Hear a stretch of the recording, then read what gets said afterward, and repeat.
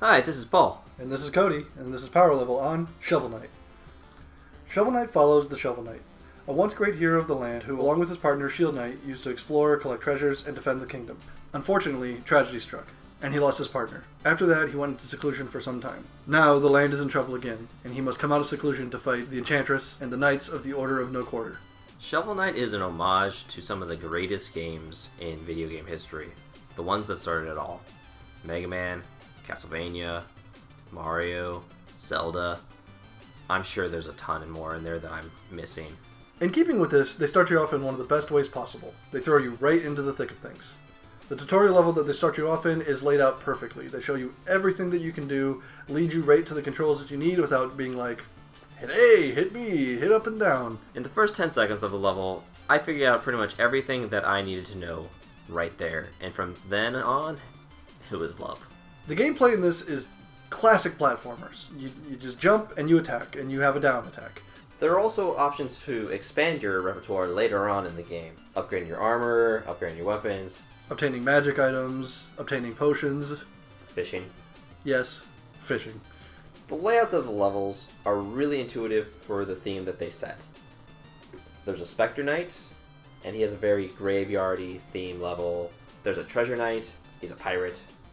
There's a King Knight. Gilded armor, crown on his head, everything. And of course the Black Knight.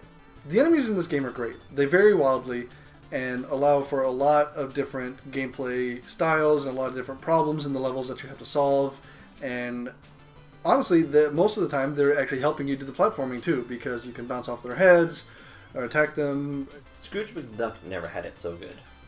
In the middle of the levels, there's also mini bosses for you to take down as well, and it's all classic gameplay.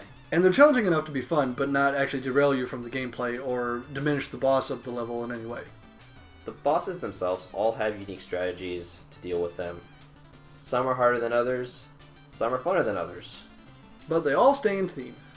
The Black Knight is a pretty good swordsman and does a lot of the same kind of attacks that you do.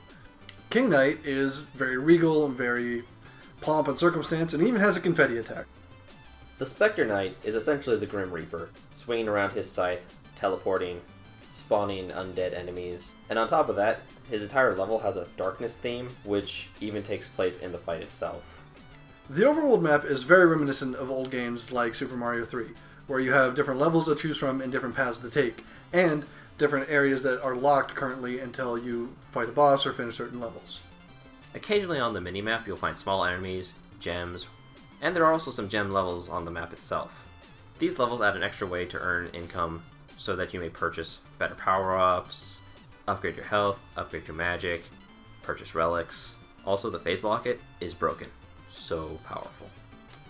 All of these fights, as well as the boss fights, add a challenge to the game that most games aren't willing to reach for in this day and age. The art style and the animation in this game is phenomenal.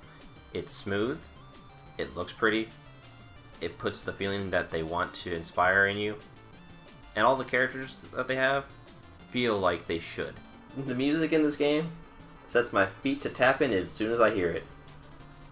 I love the Mega Man MIDI music that we get in the old games, and this just sets the tone for everything that I love about the entire game. From the minute I hear the menu. I can't speak highly enough about the music, because everything is catchy. So in summary, I love this game so much that I'm going to buy it again for the 3DS. One for home, one for the road. So we have to give this game a 10. Out of 10. Please like, favorite, and subscribe. Thanks for watching.